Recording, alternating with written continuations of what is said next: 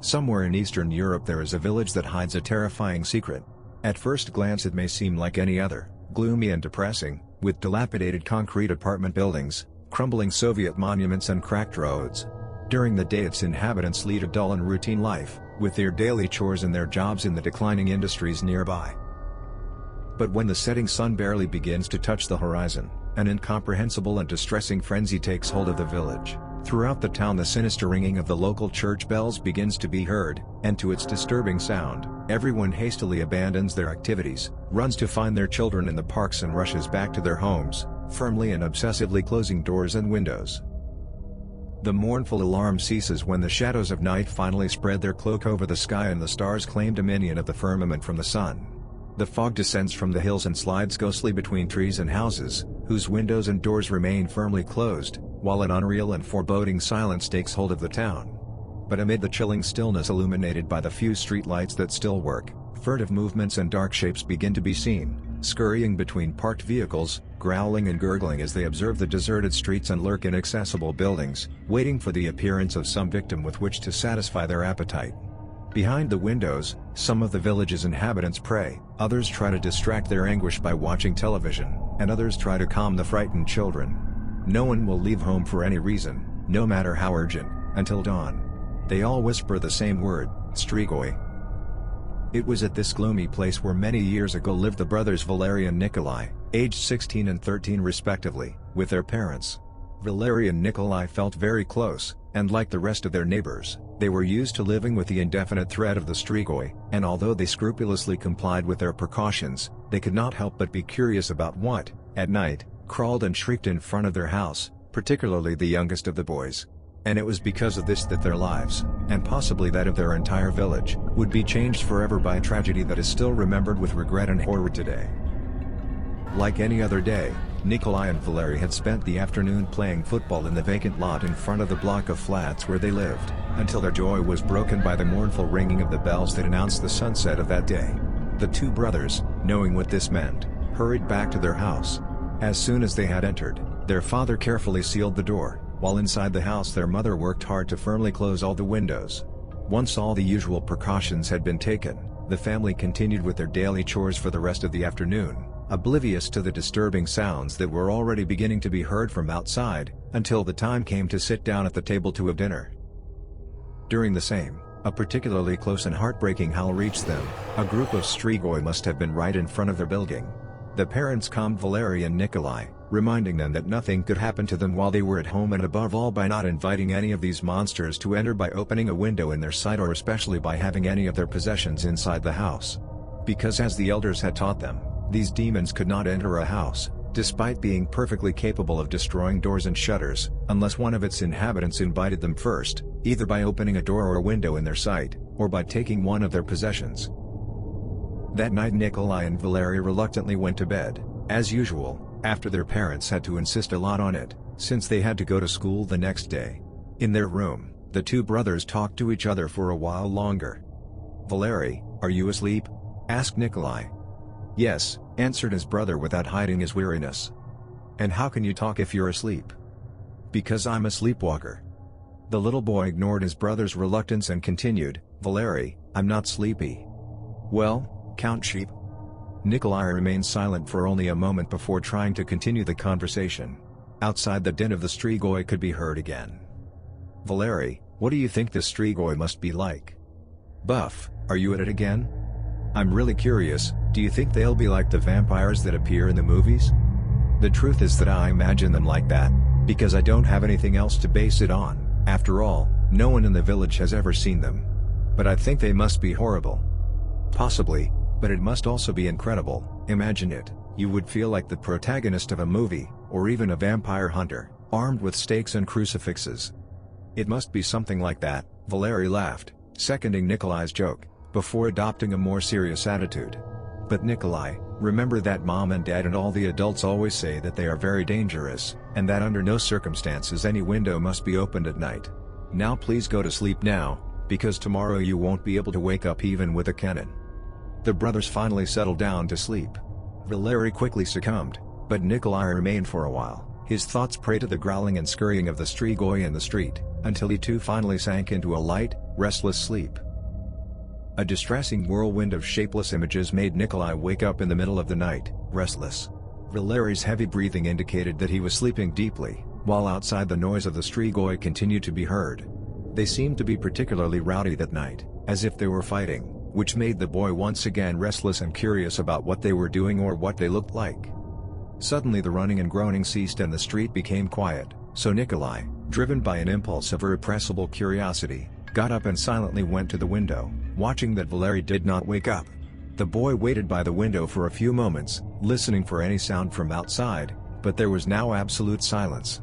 The warnings of Valeri and his parents echoed alarmingly in his head, but curiosity ended up getting the better of him, so Nikolai gently opened the window and pulled back the shutters a few inches, just enough to be able to watch the street, listening for any figure or movement.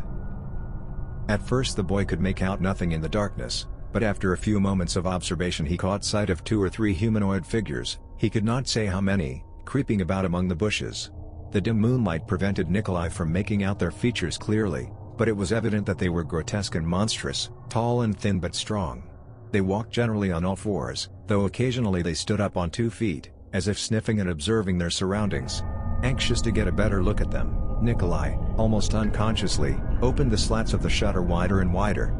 At one point, Nikolai thought the Strigoi were tensing up and looking around. His blood ran cold, and he quickly closed the shutter a little, but continued to watch through the cracks. He could see a couple of the creatures take a few steps towards the building, but suddenly their attention seemed to be drawn to something and they backed away. Nikolai began to calm down at the sight, and opened the shutters a little further. But then, suddenly, a loud crash shook the shutter, and Nikolai, startled, fell backwards to the ground. More violent crashes followed, and a harsh roar. Terrified, Nikolai caught a glimpse of a shadow moving furiously between the slats of the shutter, and pale, malevolent, red eyes. The shock woke Valeri, who sat up in bewilderment, not understanding what was happening, but before he could ask his brother, a gray, bony hand, with long claws and ornamented with various jewels, slipped through one of the cracks, flailing wildly, and reaching out towards the frightened boys. The slats above and below the monstrous limb began to break, giving way to a misshapen forearm, until one of them broke free from the frame, allowing the creature to thrust its entire arm through. With a swift movement, Valeri grabbed one of the wooden pieces and began to hit and stab with it the Strigoi's arm, who howled in pain and retreated after a few seconds of agonizing struggle. Neither of the boys noticed, however, the flash that fell from the creature's arm and disappeared under the nightstand. Without letting go of his improvised weapon, Valeri grabbed his brother by the shoulder and pushed him towards the bedroom door, which suddenly opened. Nikolai and Valeri's parents, no doubt alerted by the commotion, rushed into the bedroom, and quickly understood what was happening. The mother grabbed the 2 boys and took them out, while the father hurried to close the window. The family gathered in the living room, where they remained together until dawn, awake and silent, listening for any noise coming from Valeri and Nikolai's bedroom. But nothing happened that night. The next morning Nikolai and Valeri did not go to school, being still too upset, but this did not excuse the distraught Nikolai from being bitterly and resoundingly reprimanded by his parents, who told him that he knew perfectly well that he should never open a window at night, and that by his irresponsible act he had endangered them all. When Valeri tried to intercede for his brother, he too was roughly reprimanded by his parents, who told him that as the elder brother he should have kept a closer eye on Nikolai. Finally, Valeri and Nikolai were grounded for 3 months. In their room, Valeri tried to comfort the grieving Nikolai, who apologized to his brother for what he had done and for getting him into this mess. Valeri brushed it off, jokingly telling him that he hoped this had satisfied his curiosity and that if he opened the window again at night he would cut off his hands, while he nudged his brother affectionately. Nikolai smiled and promised as he lunged at Valeri, the 2 brothers beginning a playful tussle. The whole family spent that night together in the living room, fearing the Strigoi's return, but nothing happened, just like the following nights.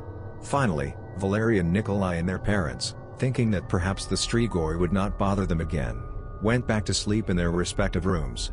Several weeks passed like this, and the incident with the Strigoi was beginning to be forgotten when one night, Nikolai suddenly woke up in the middle of the darkness, restless.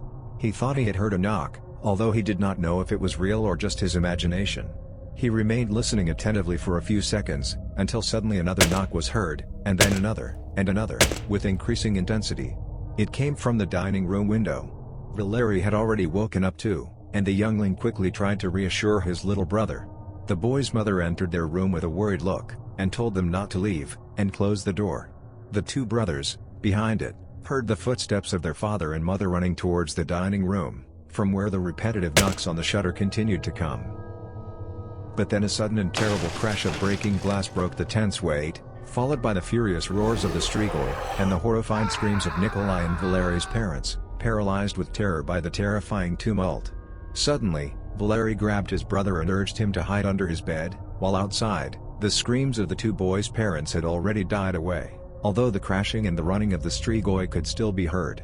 Valeri, with a dark and distressed expression, addressed the terrified Nikolai, already hidden under the bed. "Nikolai, listen carefully, the Strigoi will get in here sooner or later. I'm going to run out and try to get them out of the house and drive them away." "What? You're crazy, they'll catch you," Nikolai replied without letting Valeri finish. Valeri ignored his brother's complaints. "Whatever happens and whatever you hear, don't come out of there until dawn." "No, please Valeri, don't leave me, I'm afraid they'll catch you," Nikolai moaned, distressed. Valeri smiled, although his expression showed deep concern, and took his brother's hand, squeezing it affectionately. Nikolai continued to insist for a few seconds, but finally, aware that his brother was not going to change his mind, he asked him in a small voice, "Valeri, you'll be back, right?"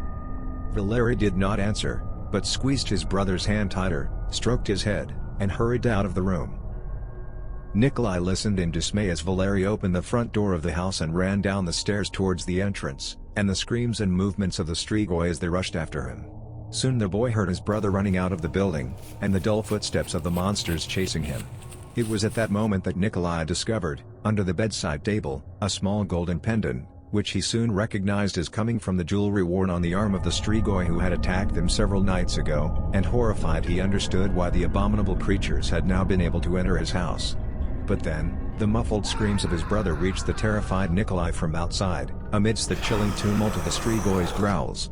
Valeri's screams died away after a few seconds, and soon after so did the din of the Strigoi, leaving a disturbing and ominous silence. Nikolai, lying motionless under the bed, needed some more time to process what had just happened, but finally the deepest anguish took hold of him, and in the stillness of that terrible and fateful night he cried until he had no tears left, and fell asleep, broken with pain.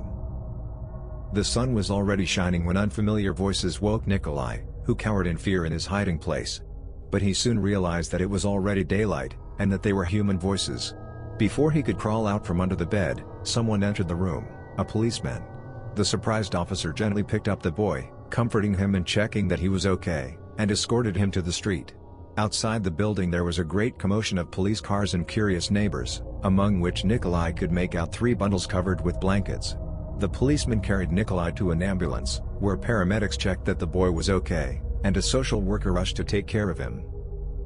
Despite all the mobilization, the news of those tragic events would never be known beyond the gloomy and troubled town, whose inhabitants soon buried the memory of those sinister and unfortunate events and continued with their dull lives and daily worries, although when the sun set they continued to run to conscientiously lock themselves in their houses, because they did not forget that in the shadows of the night, in the darkness of the dilapidated streets, a shapeless and chilling threat continued to lurk: the Strigoi.